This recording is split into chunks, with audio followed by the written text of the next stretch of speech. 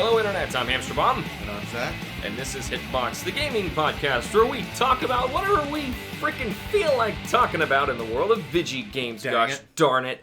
And, I really did just sit Zach down today and said, okay, this is what we're going to talk about. Right. It's like, wait, we're recording HITBOX today? Yes. Okay. And I'm going to tell you what we're going to talk about today. What are we talking about? We're talking about math. See ya.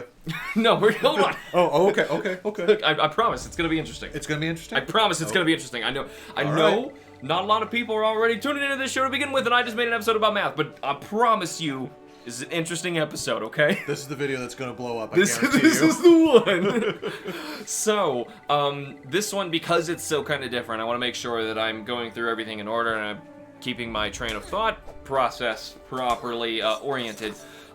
We're kind of just free-doing this and not playing games at the same time. If you see footage through this episode, if you're watching this on YouTube, then that's obviously not us playing at the moment. It's just kind of like visual stuff so that you can see some of the numbers I'm talking about and get like some visual backdrop, so it's not just this drab picture of just us chatting with you for the longest time. Are you saying we're not handsome enough to be that captivating? Absolutely. Oh, okay. Well, there goes what self-esteem I did have. Oh, yeah.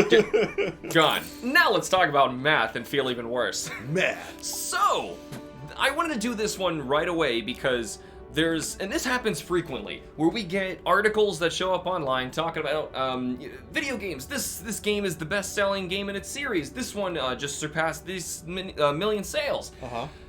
And every time I see that and people take it out of context and they say other things about it and they mean what they want it to mean, but the thing is, the people who wrote the articles already twisted numbers to make it mean what they want to mean. So the whole thing's already messed up, and then we just further screw the whole thing up. So it's really hard to get actual raw numbers of how many units a game is really sold. Right. So for example, I remember when Metroid Dread was coming out, and we're going to talk about Metroid a lot in this, as well as Pokemon and a bunch of other series. Yeah. But mostly we're going to stick on those two. I've got most of my math on those two, just for examples. Because if you want to dig into others, I'm going to show you how to get proper numbers from them. So, Metroid Dread, for example, this is the first Metroid game in a long time, especially for a 2D Metroid game. Long time, and we're seeing this on the Nintendo Switch, which sold crazy well. Oh, yeah. So everyone's like, okay, this is going to sell very well, and there's a bunch of articles right now that are saying Metroid Dread is the best-selling Metroid game. Yeah. False. That's not true. That's not true. Now, if you're just looking here, this is how they get around this stuff. If it's technically true, you can publish it. Yeah. But then when you technically true publish it, then people are going to misinterpret it and claim like since it's the best one that ever sold, which isn't true. Then they're going to go to other systems and say like, oh well, this one didn't do as well as Metroid Dread, right? You're going to reverse take that information that you were given, and now you are filled with wrong information. I see. Okay. There's a lot of cases where this is just kind of strange, where sometimes a game is released so many times it's hard to really gauge how much did it really sell compared to something else. Like Tetris. Yeah, like Tetris. Zach and I were talking about this earlier. So Tetris has been sold. What was the first iteration of Tetris? I know we have like the NES, it's on the Game Boy. And then since then, it had multiple iterations, sometimes even sort of sequels, like Tetris Attack is a thing. Yeah. But it's not a Tetris game, but it says it is. Right. And then, of course, we have like Puyo Puyo Tetris, Tetris Effect. How many Tetris games do you have just on the Switch alone? A ton. A lot. Yeah. A lot. And then you want to somehow track all of those and somehow get accurate numbers as of today, and then compare that to another game series?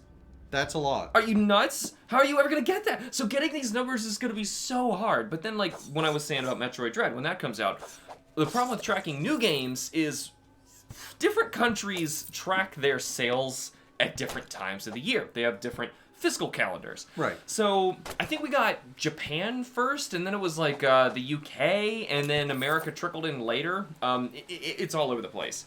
And then when we finally got results, we're getting sales information that isn't really true. It's technically true. I'm sure we're gonna get some people who are like, well, technically, like, I'm sorry, my nose isn't high enough. Well, technically, you see, it actually sold 2.9 million units, which is more than any other Metroid game. By the way, by that same Tetris effect, see what I did there? the original Metroid might have actually outsold all of them, but we don't really know, because how many times has the original Metroid been re-released? Oh, God. It's on Way Metroid too many Zero times. Mission. Yep, Metroid Zero Mission, Metroid Prime, the NES, Well, of course, Virtual the NES. Console. What about stuff like the NES collection of stuff that sold for 3DS? Oh, yeah. That was also on Wii U. The NES Classic. Yes, the NES Classic. How many people played on NSO? How do you even track that? Yeah, subscriber numbers, but that doesn't mean That doesn't mean much. that how many people played it. Right. But they're still subscribing and they still purchased the content. So it is really confusing. Yeah. Especially, and that was just trying to track one of the games from a series. So to try and make a claim that this one game has beaten all the others in the series, no. And yeah, I want to make sure that I discuss this about Metroid, because I've had this sales problem pet peeve in me for a long time. But since it's finally talking about specifically Metroid, I can now finally come out and say, this is clearly not me being biased, saying that I love this series so much, and I would obviously want to be tweeting it, say like, look how well Metroid Dread sold. Of course I would, right? I bring up Metroid in like every episode. Right. But in this case, it is showing off the wrong information so much that it's driving me crazy, and I feel like I've got to... Now I can tell you, okay, I'm clearly going to be the guy who's going to be rooting for Metroid, but this is still not right, so hopefully you will take my information into stuff that I'm going to be showing you how to do today, and understanding that, okay, I would have tried to skew that in a way that I could have. Anyone can play with numbers and make them say what they want. That's what most advertisements are. Well, that's just the problem with statistics in general. They're so it's so malleable. You can get it to say whatever you want. Really, right? Yeah, you can say like, as ice cream sales increase, so do drownings. Because that's technically true. Technically, because more ice cream is sold in the summer when people are swimming. But that's what we call a spurious relationship. Exactly. But people don't care about that when they print something. No, and especially when you're trying to make an advertisement, say you're just selling a car. And there will be advertisements that will display like their sales next to another car sales, but they're doing it in a way where only in that instance it happens to look like it's correct, and nothing else matters. And if you're only selling that part, and maybe your car it has horrible gas mileage, there's just so many other problems with it, but in this particular case that they're showcasing, it looks great, and that's all the commercial's about. You're gonna make sales on it because the consumer only sees that number. It's the best-selling Honda Civic of the year. Yeah, no, I get what you're saying. Right, yeah. Stupid stuff like that. Yes. So the last instance where this was kind of bothering me, this sort of sales problem, was back when Super Smash Bros. Brawl, oh god, Ultimate, why'd I say Brawl? I have the Brawl poster behind me, maybe that has, there's my excuse, even though I'm really just an idiot. So, Super Smash Bros. Ultimate, have you heard about a certain thing that recently did, past couple years? No, what did it do? It officially became the #1 best-selling fighting game ever. Ever. Really? Well, a lot of people like to say of all time, which also drives me insane. Obviously, we don't know what else is coming out yet. It should be yet. We have a nice word for this. It is yet. So it is the best-selling fighting game yet. And that's in comparison to the Street Fighter games. Yes, and that's what it was being compared to. Street Fighter 2. Now, here's the thing about Street Fighter 2. It is just like Tetris. That game has been re-released constantly. Even for Switch, there was a new version not too long ago. Yeah. It's all over the place. So Street Fighter 2, the way that they were calculating it in that regard was they were putting all of the instances of Street Fighter 2 together and comparing it to Super Smash Bros. Ultimate. Okay. Which outsold it. However, there's another big thing here that we're not really looking at. It's the what's the sales attachment for one system versus another, and then of course Street Fighter's all over the place. Yeah, right. It's really hard to say which game had a bigger impact on the gaming industry. Yeah, right. There could be fighting games that have, like Virtua Fighter, had an enormous impact on the gaming industry, but boy did that not even come close to selling what, the big ones are the top selling things. So, right, exactly. That's another thing that people don't seem to understand. Sales have nothing to do with like the quality of the game. No. Or sometimes even popularity. Well, look at Psychonauts. When that originally released for the yeah. Xbox and the PlayStation 2, that sold poorly, but that's considered one of the best platformers ever made. Ever made. Ever made, and that's how come it's So far. Yeah.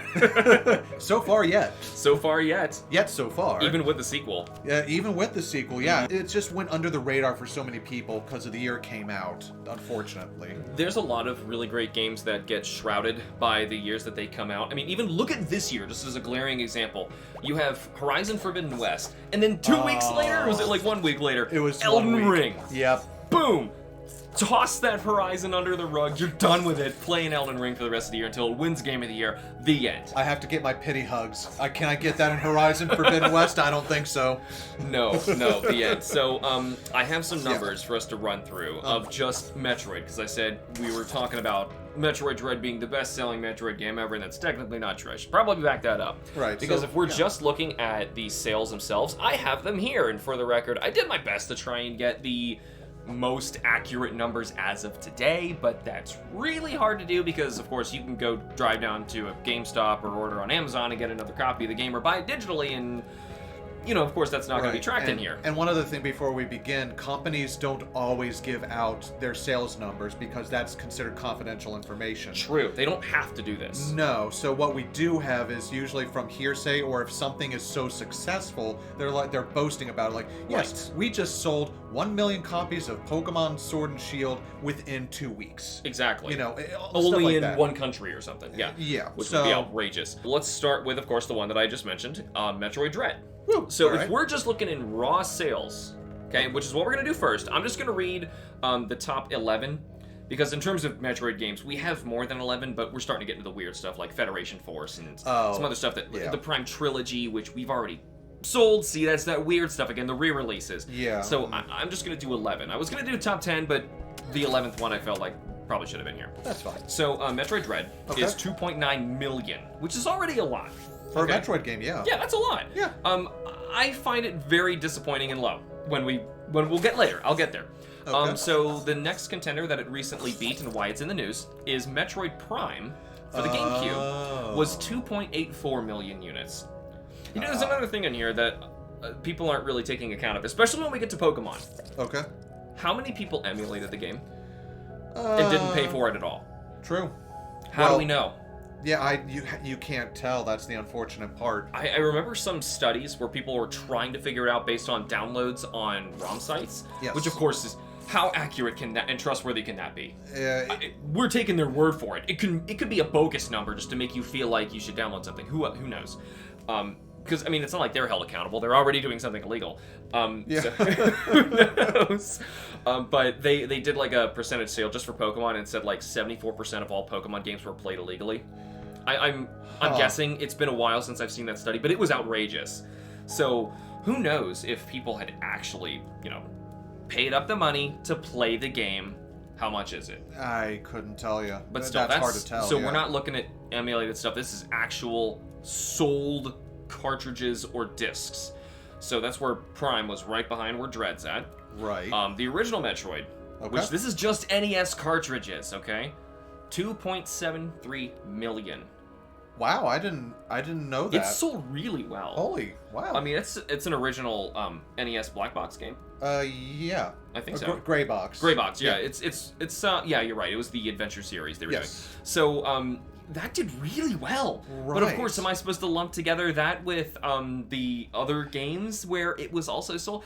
I don't know. Technically, in terms of, and that's sales, the original might be the most, and we don't know how much it is. It could be 10 million. Yeah, because like we were talking about earlier, it's like it was in Metroid Prime. Mm-hmm. It was released Zero Mission. Yeah, right? Zero Mission. It was released by itself as an NES classic on the Game Boy Advance. It was. There's just so many other versions. And then of there's it. iterations where you just get it. So Super Smash Bros. Brawl, and I mean Brawl this time. Yes. There was ways you could like play all sorts of games that were like emulated within the system itself, which was so cool. And I wish they kept doing this. Oh yeah. They were called masterpieces, by the way. That's right. You could play the original Metroid and I think Super. I think they put them both on there. Yes. We're just looking at cartridges, and we don't even know, man. Yeah. So even still, it's probably best that we just look at the units from that system, because when I go to my next segment, we're going to talk about the attachment rates. Okay. We're going to need that number and not whatever this other number is. But I want to make sure that you're thinking about that.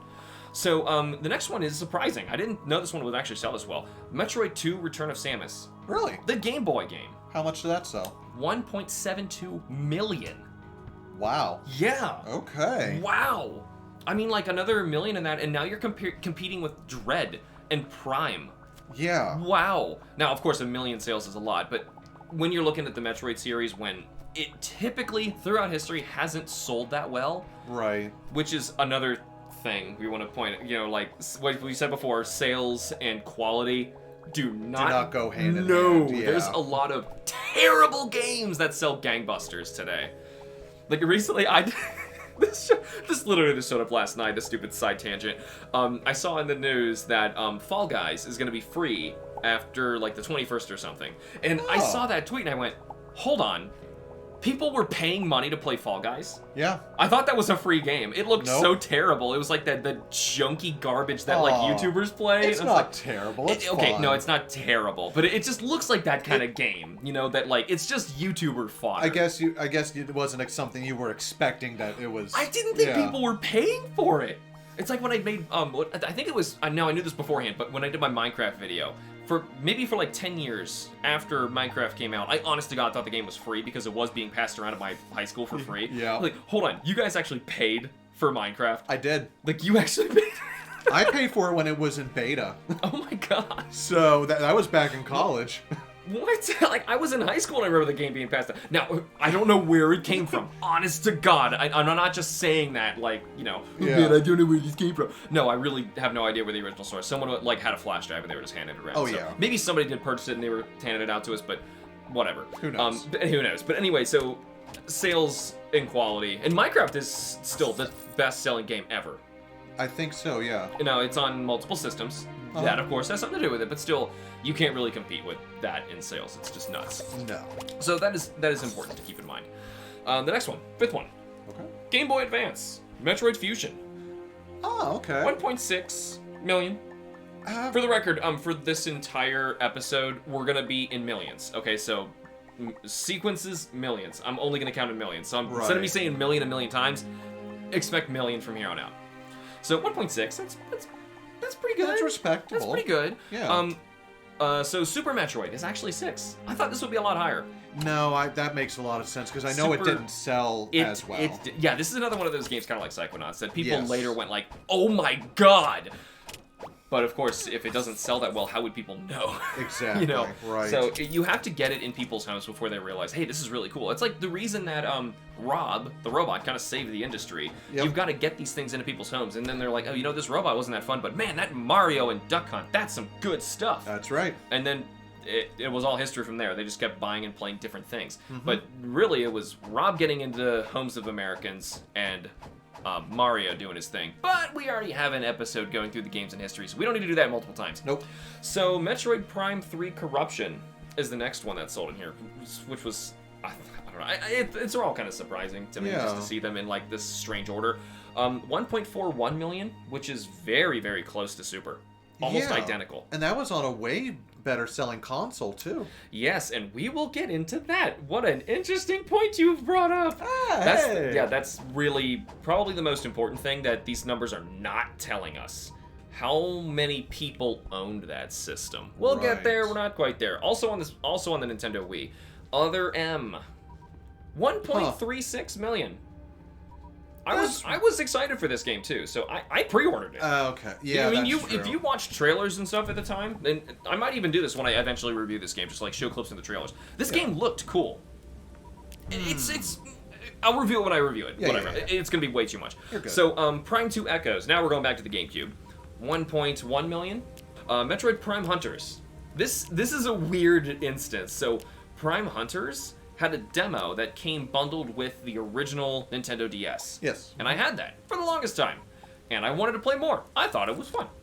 And there was just no Metroid Prime Hunters. I don't remember how many years it was. It was a long time, like 4 years or something, before that game finally released. Right. And then when it finally came out, nobody was interested anymore because it took so long for them to finish it. So you only get a measly 1.08 million. even Ouch. though the Nintendo DS sold crazy well. Yeah, for And real. the thing is, Prime Hunters probably had one of the best marketing pushes of any Metroid game, and Dread got an insane push. Could Yeah. you imagine the Switch getting bundled with like a now, of course, we can't really say a demo for Dread because demos are free anymore, and there is a free demo for Dread. Yes, But there just is. imagine, like, maybe you know, like how there's a bundle with Mario Kart 8 Deluxe. Yeah. What if that year they swapped it and made it Metroid Dread? Ooh. That's what that would be. But then imagine it still only sold 1 million. That's not good. Dang. That is not good. Yeah. So, Metroid Samus Returns is the 11th one, and I want to make sure I put this on here, because that's Okay. still a mainline one. Yeah. But now we're really dropping off. This is not even a whole million. This is really like 500,000 sales. It would be Ooh. 0.56 if we're Now, doing millions. But that makes sense, though, because that game came out in, what, 2017? When Yeah, the Switch... the Switch was out. Yep. And this was so late in the 3DS's life. It's one of the Yeah. last 3DS games. It just didn't do well. Unfortunate. Granted, it made more sales later after Dread, and people were like, oh shoot, I want to play Metroid stuff to get ready for this, but also, look at Metroid Dread sales, they're still not high. We gotta remember, the Nintendo Switch, it's doing stupid numbers. And first-party Nintendo games do crazy well. Yep. Like, I don't have those offhand, but like Animal Crossing, Mario Kart 8 Deluxe, Oh, gosh, Breath of the yeah. Wild, Super Mario Odyssey. These games sell like somewhere between like tens to, I think even the highest is like 45 to 48 million right now for Mario Kart. Yes. And Animal Crossing is close, which is wow. Because I think Mario Kart 8 Deluxe is considered an evergreen title for Nintendo. Unfortunately, I would like another Mario Kart, please. I would too, but you know. It's still a good game. Yeah, I'm not. Oh Gonna, yeah. Yeah, I'm not gonna complain about that. I forget how many times we've already gone through that ourselves. Yeah. So, I wanted to make sure that we fairly look at these numbers. So, the one thing that I kept bringing up in this is we need to look at the actual attachment rate. So what that means is how many actual people at that time, or even now, just total, bought that console. And then how many of them would have then purchased a game to go with that console. That's your attachment rate. So Right. you're basically gonna take the number of units sold of the games that we just went through, and you're going to divide it by the total number of units that are out there. Of course, then you're gonna get a percentage. That percentage is really the thing that you want to go for, because say you have a terribly selling console, but you have a game on it that like 20% of the people who bought it have that game. I see. That's right. enormous. And then you have another console that did crazy well, and you could sell total more units, but have a horrible attachment rate of like 2%. And that can screw up the whole thing. Yeah. And that's what I want to make sure that people are looking at here, because the attachment rate is far more important than total sales.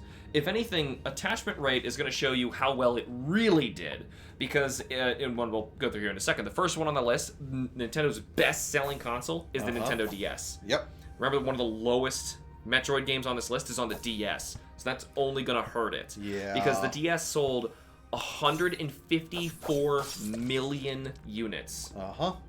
That's insane. Yeah. That I think it's only behind like the PS Two. Was it 2? Yeah. And there might be another up there. I'm not sure. I'm pretty sure it's just the PS2. It's just the PS2 at 155 million, I believe. Yeah, and the Switch is actually not too far behind. Nope. 108 million?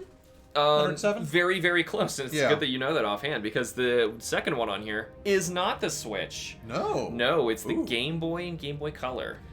Ah, okay. Game Boy Color. Now, this is another thing that's kind of important. You really should bundle this kind of stuff together. So, DSi is the same thing. Yeah. 3DS XL, same new thing. 3DS, yeah, yeah. so if it's the same actual unit. So, when we get to the Switch OLED is also a Nintendo Switch. Switch Lite. Yes, Switch Lite, same thing. Those should be bundled together. Yep. And I'm pretty sure they are on here. Like I said, these are kind of rough numbers that I was trying to get from multiple sources, then confirm that I'm seeing the same thing in multiple places and not grab anything that's... And some of this stuff is like 10 years old, so I was making sure that this is current, actual stuff, which ironically you get current numbers from Wikipedia at best. That's kind of weird. How, like, we that's grow terrible. up and they teach us that, like, never get anything from Wikipedia ever, and then, like, by now it's the most reliable news site. Anyway, That's so terrible. Wow. The Game Boy and Game Boy Color sold 118.69 million. Sheesh. Yeah, those things were everywhere, as we mentioned in HITBOX. The Switch, you were right, 107.65 million, as most recently I saw in here. Which is, yeah, that's so good. That is really good. I remember when the Switch first came out, and I thought this system is not gonna do really well. There were so many complaints people saying online, it's having graphical problems, the dock's not working, these controllers are already drifting, and there were so few games, which same thing happened to the DS. Yeah. The DS launched with such a terrible launch library, and it just grew from there, and it got so crazy, and that's really what the Switch came from. The next one, you want to guess it? Let's see. The next one is going to be the Wii. Yes, the Nintendo Wii at 101.63 million. There we go. Yeah, that thing was all over the place. Uh-huh. Yeah, because it was really advertised as an everybody's or a family console, and it was trying to hit a different audience than the PS3 at the time. Yes. So, and I think it did a really good job of that. Oh, yeah. Games could be hit or miss, but I mean, I think the experimentation got Nintendo where it could be today. So, yeah, it's definitely an important step in their history. Hey, you can't beat Wii bowling. You want to guess the next one?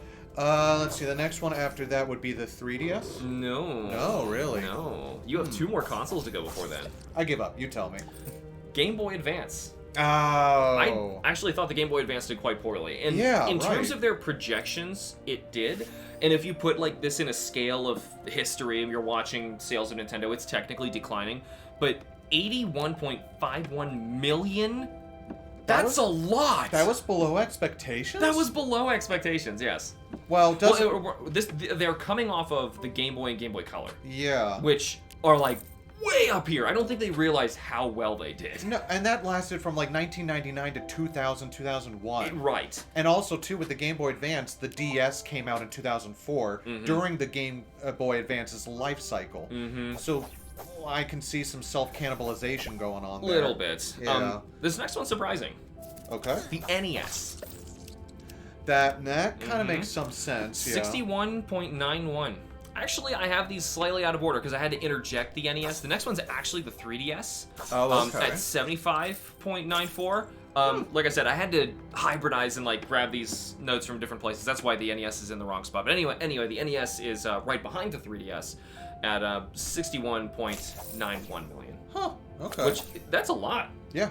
I mean, because remember, this is them kind of breaking into this industry in the West for the first time, which had already been flooded. There's already been a crash by this point. Yeah. And to do that well, Nintendo was going to go from completely unknown to dominating video games in general. Yeah. Around the world, and they did it with that console. So it's some crazy sales. After that, we have the Super Nintendo, 49.1 million. That's a significant drop. I thought that was a lot more. It is a significant drop. Yeah. At the time, though, remember, now they're competing with Sega. Oh, yeah. So, and they were also releasing late. I think the Genesis was out for a year or so before. 1988, and the Super Famicom didn't come out until 1990. Famicom, but so they had the Super Famicom out, and then it took another year for it to come to the West. Yes. So it was a while, and they already had lost a lot of business doing it. I think they were a little too confident of it, which is Nintendo has that problem sometimes.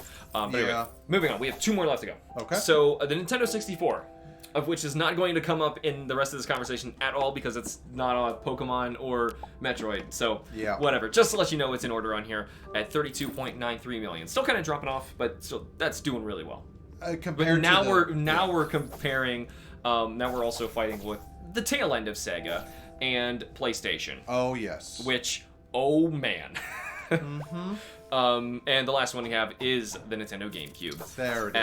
At 21.74 million. Oh, that poor thing. I love that little purple lunchbox. I love that little lunchbox, but yeah, I agree, that poor thing. Yeah. So, now, what I want to do is go through the original order of the Metroid games that we talked about in terms of their sales, their total sales, and we're just going to look at their attachment rates, which, here we go. Remember, this is when you take the total sales and you divide it by the number of actual units out there that can play that thing. So you know what percentage of players actually got this in their homes. Okay. Okay? So, for example, Metroid Dread. Yes.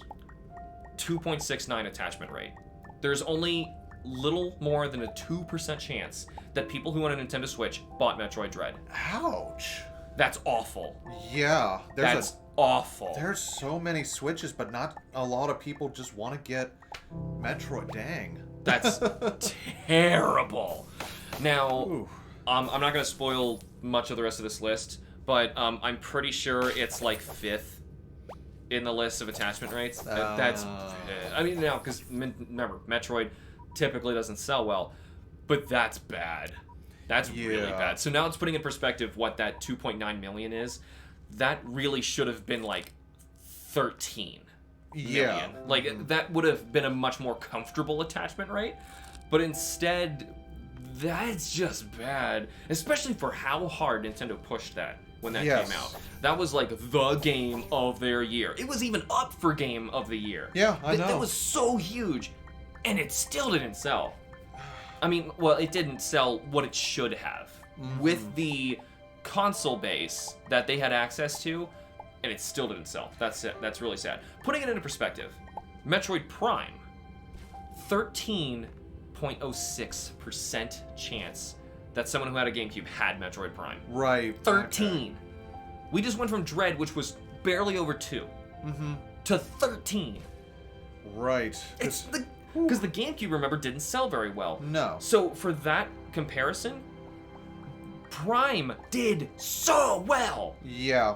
So when you say, like, if you sell 2.6 million or whatever it was, like 2.8 on the GameCube, that is doing tremendously better than doing 2.6 on the Switch. Doing 2.6 on the Switch is easy. Yeah. You accidentally do that. Anymore, yeah. Yeah, really. If you're a first-party Nintendo game, you accidentally do that. You do that overnight. I think Kirby in the Forgotten Land has already done that in like a week. Yeah, Kirby. So I don't even understand how. Like, Kirby and Metroid, to me, should, like, at the very least be equivalent in sales, but they're not. No, well, one's Different pink, audiences. Totally different audiences. One's pink, bright, and fluffy, and the other's dark and broody. Yeah. So moving on. The NES Metroid. Okay. 4.41. For a first title from a first console, that's not bad at all. I mean, attachment rates, you gotta remember, like, you're never gonna see really high numbers. If anything, the Metroid Prime is startling how high that is. So there were a ton of NESs, and a ton of people were actually content with just, like, if they got a ROB with it, or the Mario Duck Hunt, and maybe one other game. Games were still very expensive back then. Oh yeah. So don't think that, like, it was like now, or you can go on the dying Wii U or 3DS eShops and just buy a game for like a few bucks. Or you can go to the store and buy it for a few bucks. There were systems where you could like those disc systems where you could actually switch. In Japan only, you can go back and switch the actual game ROM file on and trade it for something else, so that you're technically saving money, but even that still cost a lot. So games still cost a lot back then, and of course the system, it's gonna make it a little complicated. Metroid 2, Return of Samus. Okay. Game Boy Color, remember? Yep. 1.45%. So that's why when that sold really well by our perspective, Yeah. it actually didn't, because there were so many Game Boys.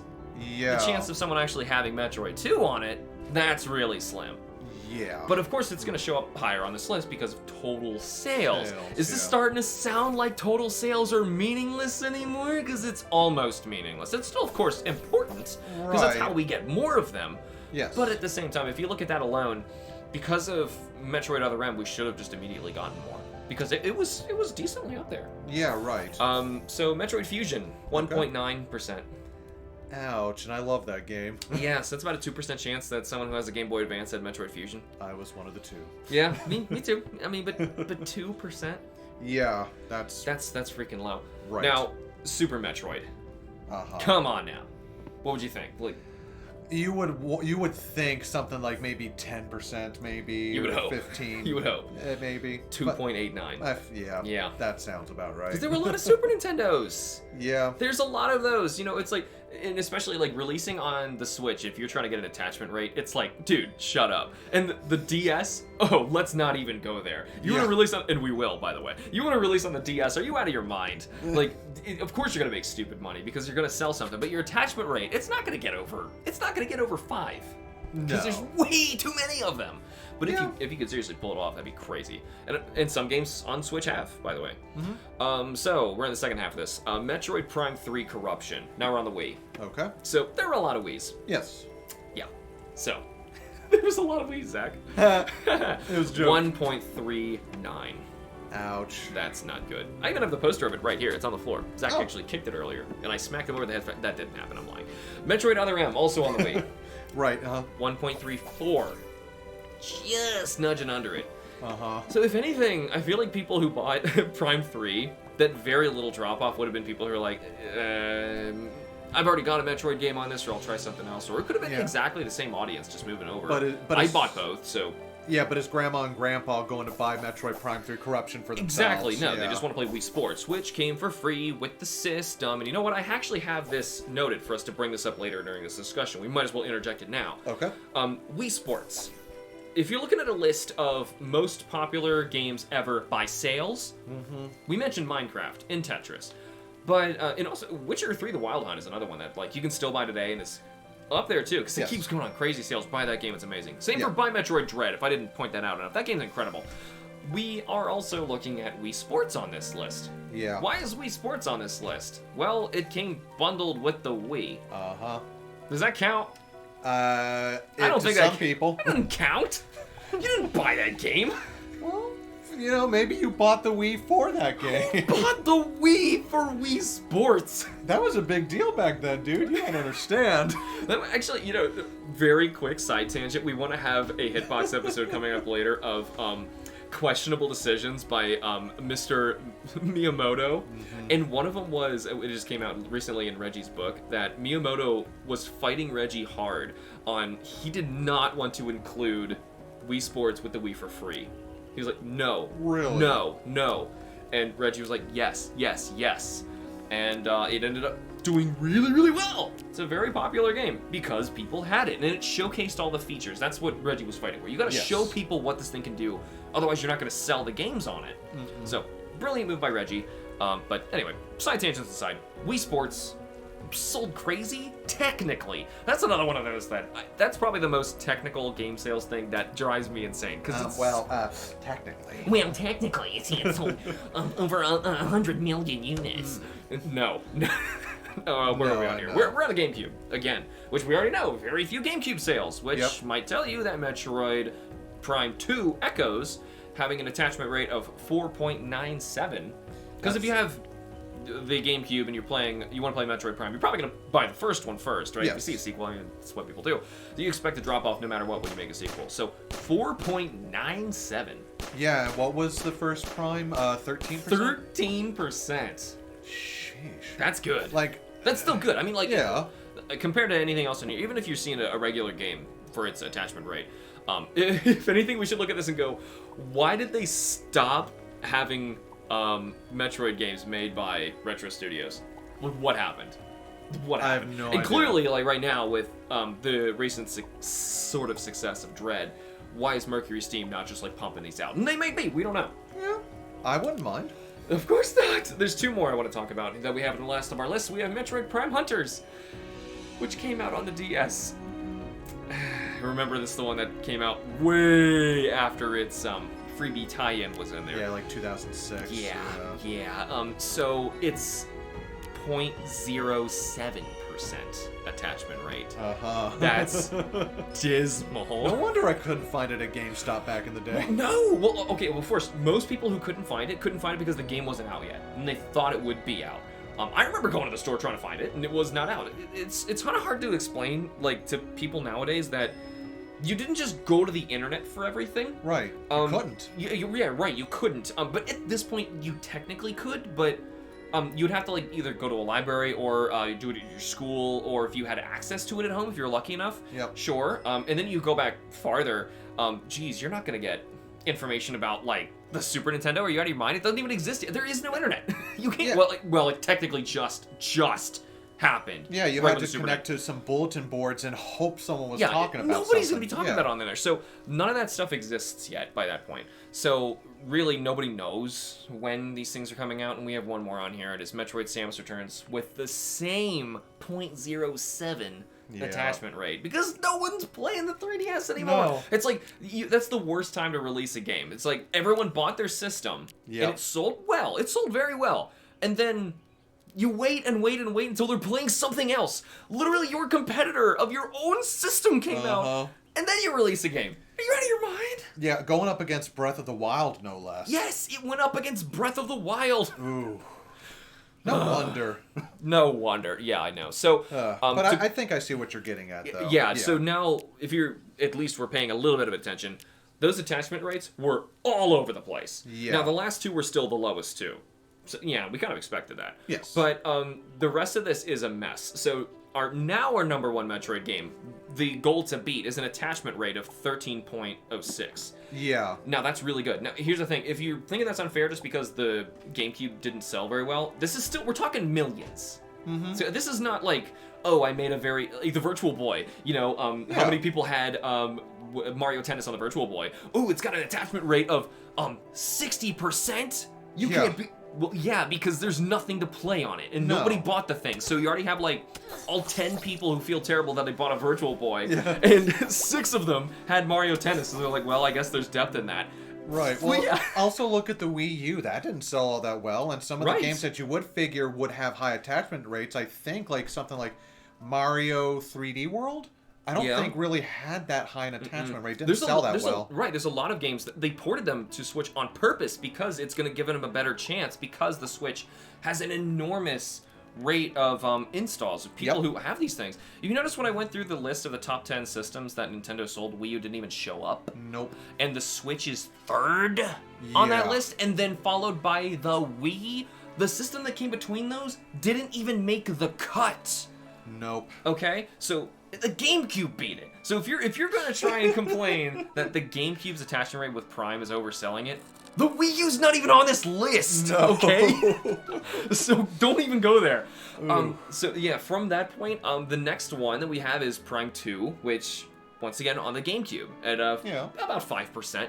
And a little less than 5%, you have the NES with 4.5%. So it's a wild jump around of like which ones actually sold the best, and that's what I think is most important when you're saying sold the best. Okay, so from here, I'm gonna try and go through this a little bit quickly. I know this has ended up being a lot longer than we thought, but I want to touch on the Pokemon series because this. Isn't that always the way? You know, we're almost done, but let's talk about Pokemon. So, Pokemon sales drive me crazy, Zach. Why do they drive you crazy? So, you see, there's a lot of people who report stuff saying, like, Pokemon Sword and Shield is the second best Pokemon selling franchise ever. Right. No, it's not!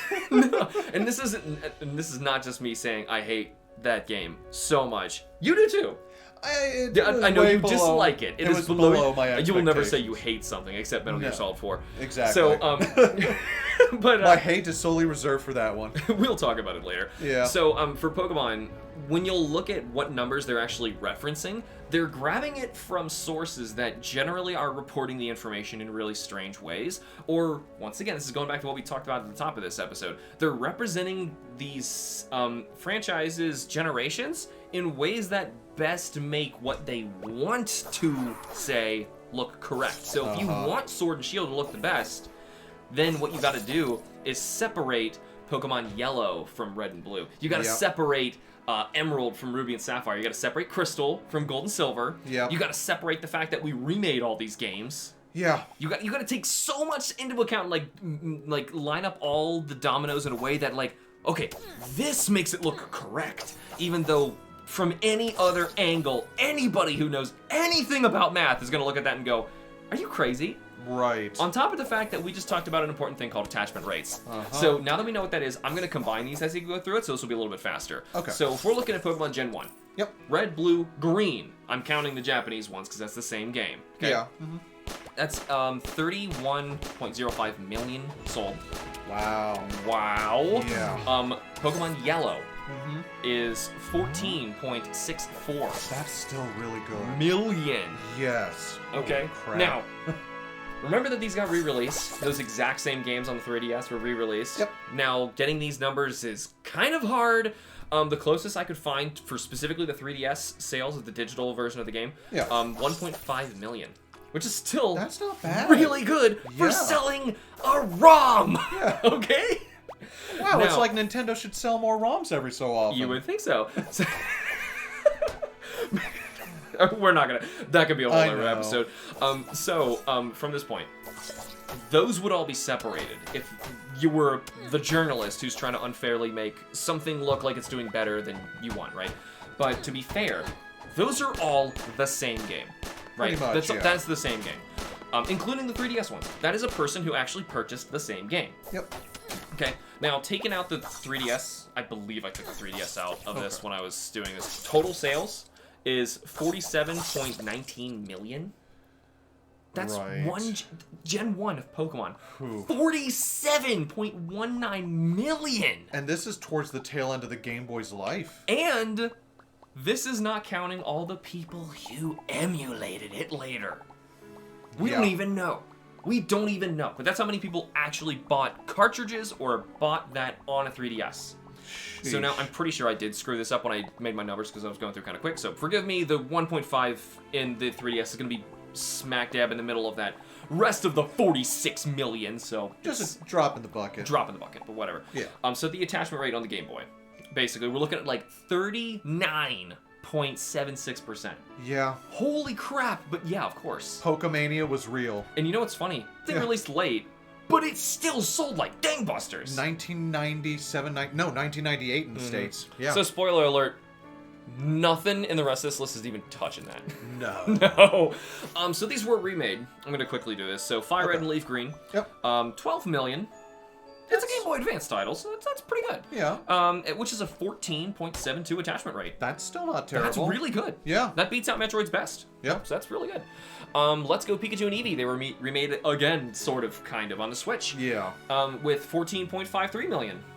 Which is it's not pretty good. bad, It's yeah. pretty good. It was the first Pokemon game on the Switch, technically Pokemon's first home console game, so it Yeah. kind of helped it there with a 13.5% attachment rate. That's not bad. That's pretty good. Yeah. That's pretty good. I mean, remember, that's on a Switch, so we're talking Switch numbers. So if Yeah. you even have anything remotely good on there, that's really good. Yes. Hey, let's go back to the Game Boy. All right. Gen 2. Okay. Gold and Silver. All right. There's actually a huge drop-off here because it's on the same console. And remember, now we're even later in the Game Boy's life cycle. But still, 23.73 million! Which is phenomenal. That's crazy. Yeah. And Crystal, we made another one. Yeah. 6.39 million. I was the weird kid who had all three versions. I had just one, actually. No, I had two. My brother had one, if you count that. And then long story, we're not going to get into it. Yeah. 3DS, Virtual Console sales. This one, I tried really hard to find this, and I couldn't find this anywhere. Except one place that reported that in Japan, for its initial week in retail, it sold, I think it was like 500,000 digital. That's not so bad. that's still really well, but of course that's just one country, so I really can't lump that in very well. I still tried, but still, that like rounds us out slightly over 30.18 million for Gen 2. Sheesh. Which is a 25.42 attachment rate. That's- so now, yeah, wow. that is a really good attachment rate for a sequel. Yes. Like, you saw what happened at Prime 2, and that's normal, where you have like a 13% attachment rate, followed by like a 4.5 or something like that. Yeah. That's normal. That's going to happen. That's yeah. going to happen, which is why Xenosaga became a 3-episode series instead of a 6-episode series, because you got to pay attention to your sales. Yeah. So, Heart Gold, Soul Silver, these guys were remade. And by the way, this is the best Pokemon game. Don't even fight me on this. Don't at him. Don't at me. This is the best Pokemon game. It is. And it only sold 12.72 million, which is a lot. Don't get me wrong. But on the DS. But it's on the DS. Yeah. Which is not good. Which means that it actually only had an attachment rate of 8.26 million.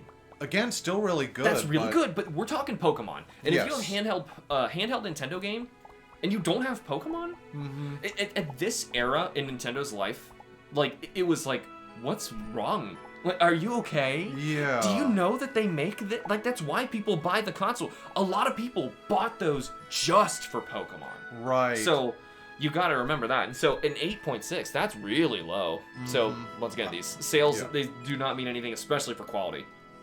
Gen 3. Okay. Ruby and Sapphire. Yep. 16.22 million. That's not bad. That's pretty good. Emerald, 7.06 million. Wow, that's... That's more than I thought. Yeah, right. Especially because you got to remember, this is another thing. We're lumping together multiple games here, and some people like to buy both or all three. And like you just mentioned earlier about Gen 2, that happens. How do we factor that in to the attachment rate? That might even be inflating the attachment rate, or actually, technically, it should be hurting it.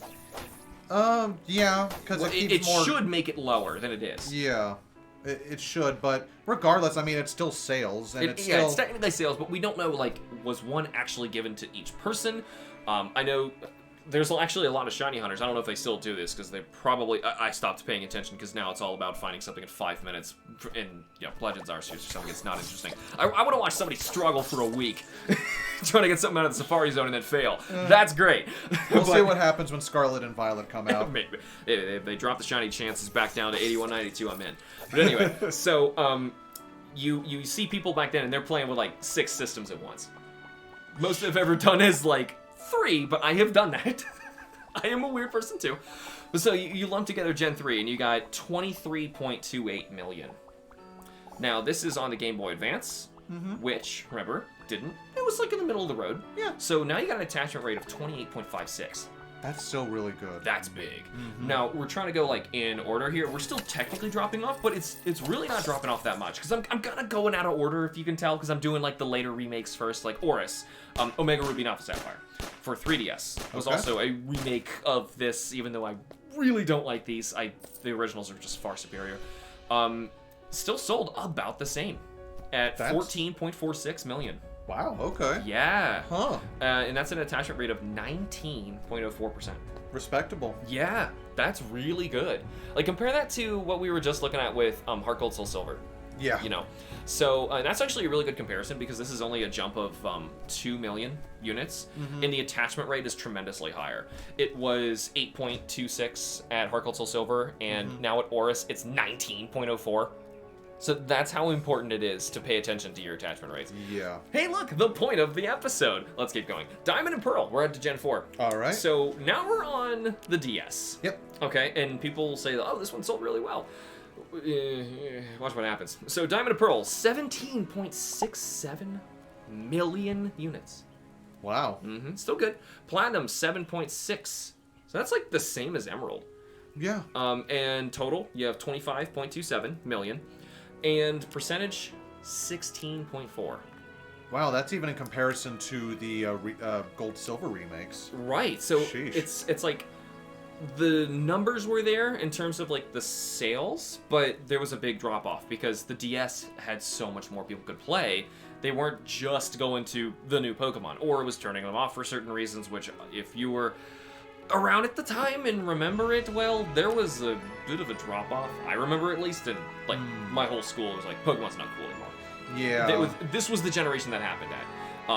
It was like 1, 2, and 3, awesome, and then all of a sudden 4, no. And then 5, it came back, and everyone was like, oh my god, Pokemon's so cool. Yeah. That just kind of happened. Obviously, that's just my area. I have no idea about the worldwide thing. So that's why we're looking at numbers. So there was remakes for these that recently came out. Brilliant Diamond, Shining Pearl. Yep. 14.65 million so far, because it's obviously still a new game. But that's a pretty good attachment rate, actually. That's not bad. So it's got 13.61. Okay. That's really good. So that's like going to be showing up on those top best-selling Switch games. 14.65 million. That's like, oh my god.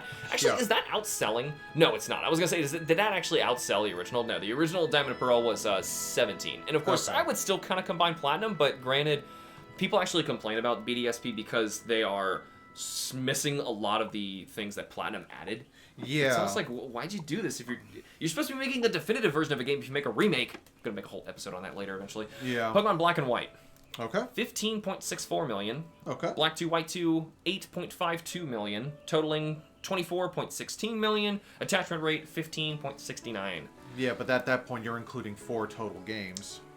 Well, so it was basically the same thing though. Okay. I don't know that much about the Black and White series. Take my word for it. It was basically another version of that Emerald Crystal. It was kind of a sequel though, story-wise. So it was its own thing. I don't think not enough people knew that, and also people had to have played the first one to really appreciate the second one. That's not confusing at all. No. Anyway. Yeah. So, yeah, this is also on the same system as Diamond and Pearl, so coming out after that. Yeah. 15.69 versus, what did we say before? It was like 16.4, 16, so yeah. that's really not much of a drop-off. That's still pretty good. No. Now we're going to 3DS. We have X and Y. Okay. And this one's kind of weird because they didn't make a third version of the game or anything, so we can actually fairly look at this, assuming you're thinking it's fair lumping together Pokemon X and Pokemon Y, because honestly, we shouldn't be doing that. But still, 16.58 million. Okay. And that attachment rate is 21.83. That's not bad. That's really good. Yeah. That's one of the best really ones. Good, yeah. That's one of the best ones. Isn't that Yeah. crazy? Yeah. X and Y yeah. is one of the best ones? Huh. Now here, you want to do better than that? I couldn't believe this, but Sun and Moon, 16.27 million. Ultra Sun, Ultra Moon, 9.04, which totals 25.31 million. And we've seen these numbers before, but since this is the 3DS, that's a better attachment rate. That is 33.33 exactly. So that is 1 out of every 3 people who had a 3DS had one of those games. Well, I was one of those 3 who didn't. Yeah. Huh. Fair enough. But that's really good. That's actually, is that like the second best one we have on here? I think Gen 1 beats it, yes. Yeah, Gen 1 beats it with 39.76. Yeah, almost Yeah, just 40%. I know, it's insane. But still, Nuts. Sun and Moon, really? Like, Yeah. that's really good. So Sword and Shield, here's the big one. There we go. 24.27 million. That attachment rate, because it's on Switch, is actually 22.55%. It's good, Yeah. but that's like, we just read 2 of them that were just like way better. Way better, like by a factor of 10% each. Now, at was least. this One was 20. Was this including the expansion pass as well, or do No, you this even is count just that? this is just the sales of the base game. Okay. Okay. Because I think there's other stuff you could technically be buying throughout all of this too. There's other services that you Okay. could be getting. So forget that. Obviously, as Zach just pointed out, all of this is very complicated. Yeah. And you could make it much worse than it already is. And that's why it's so easy for somebody to write an article that says, this is the second best selling Pokemon game. And you should go through this and look at these numbers. And as you probably could tell in here, no, not really. I mean, if you're just looking at like how much money actually came in, Then, technically, yes. yeah. But at the same time, what's most important is how many people are playing it. You know, how many people are out there playing the darn game Right. compared to who aren't playing the game. You know, that's the most important thing. So we have one last one on here, Pokemon Legends Arceus. Oh, okay. Now, I feel really bad for this game because I feel like it had Sword and Shield not happened, this game would have probably been the best-selling Pokemon game. I see. But I think Sword and Shield just hurt it so bad. Yeah, so 'cause bad. I thought about picking it up, but after all, I'm like, do I need it? No. And that's what I think most people are saying, because they're like, I already played Sword and Shield. I've already been screwed over by Pokemon once on this console. I don't want to do it again. Yeah. Because so many people picked up that game because it had been so long since they had a portable Nintendo console or a way that they could play a Pokemon game. Yep. They're like, okay, so now I'm going to jump in and play this one. And then they buy it and they play it and they go, oh, wow. It just happens to be like the worst Pokemon game in such a long time. Which is a shame because they do make good ones. Yeah. It's happened. The Game Boy Advance. And then back. But no, I'm kidding. X and Y was good. Black 2, White 2 was good. So, anyway, so Legends Arceus 12.64 million. Okay. And that's an attachment rate of 11.74. That's still good. Like we said before, that's still a good attachment rate. Yeah. But when Metroid Prime's attachment rate is better than that... But still, Prime did really good. Oh, yeah. So it's kind of hard to compare these things. That's why I wanted to make a video explaining how complicated it is. And Yeah. we just spent an hour talking about math. How do you feel about yourself? I feel more nerdy by the second. Good. But yeah, so whenever, if you have any takeaway from this, whenever you see articles where people are talking about the sales of something, or this is the best selling fighting game ever, like Smash Brothers, you gotta stop and think about what that actually means. Where are they getting those numbers from? And what are they excluding? How are they counting the numbers is usually the most important thing. Yeah. So for the Pokemon one, if they actually just counted the numbers correctly, like which one, even in total units sold, no, Sword and Shield did not sell the most. So we have 24.4 million? Yes. I'm just gonna skim this really quick and see. So by the way, Gen 5 sold 24.16. So basically like almost the same. Okay? Yeah. And Sun and Moon did 25. Sun and Moon sold better. X and Y was 16, so that one wasn't quite there. Yeah. Diamond Pearl Platinum 25.2 2.5. So Yeah. no, it just didn't. Like, I don't know where they're getting this. Like, they are specifically separating the games on purpose and then lumping together Sword and Shield to cheat it to the top, even though it really shouldn't be there. Am I making sense? Ruby Sapphire Emerald was 23. So it's almost there, so it does legitimately beat that one. Yeah. You have Gold, Silver, Crystal. No! It's 30 million there for that total. You've got Red, Blue, Green, which if you're actually combining them right is 47.19 million. That's the number to beat. Yeah. Of course it's not doing that. Now if the game was good, it probably would have sold better. But still, another thing about sales that we mentioned, people just kind of buy games. They don't need to like, they're not like us, every person who's not just gonna research every single thing that they buy because, you know, their life is slowly ticking away and they're looking at that grave like, I want to play a few things before I hop my butt in there. So we gotta be a little more careful with just like playing absolutely everything. So yeah, Sword and Shield, it's just another Pokemon game. I mean, it kind of just sold average. Looking at the rest of these, it's by no means the second best selling Pokemon game at all.